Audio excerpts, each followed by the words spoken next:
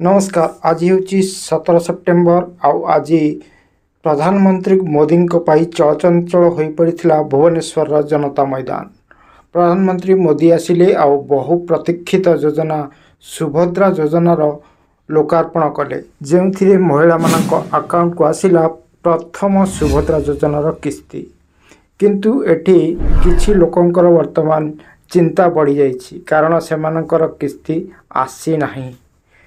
तेबे आपण को चिंता करिवार कौनसी आवश्यकता नहीं। आपण यही काम करंतु। देखंतु जदि आपणकर किस्ती आसी नहीं तेबे आपण मानकु सुभद्रा योजना तरफ कॉल किंबा एसएमएस आसीबो। आपण जोठी भी आपणकर फॉर्म अप्लाई करिथिले सेठी जाई आपणकु केवाईसी करबा को पड़िबो। आ जो माने फॉर्म आवेदन करिनाती सेमाने मध्य करि परिबे, कारण सुभद्रा योजनार शेष तारीख नाही।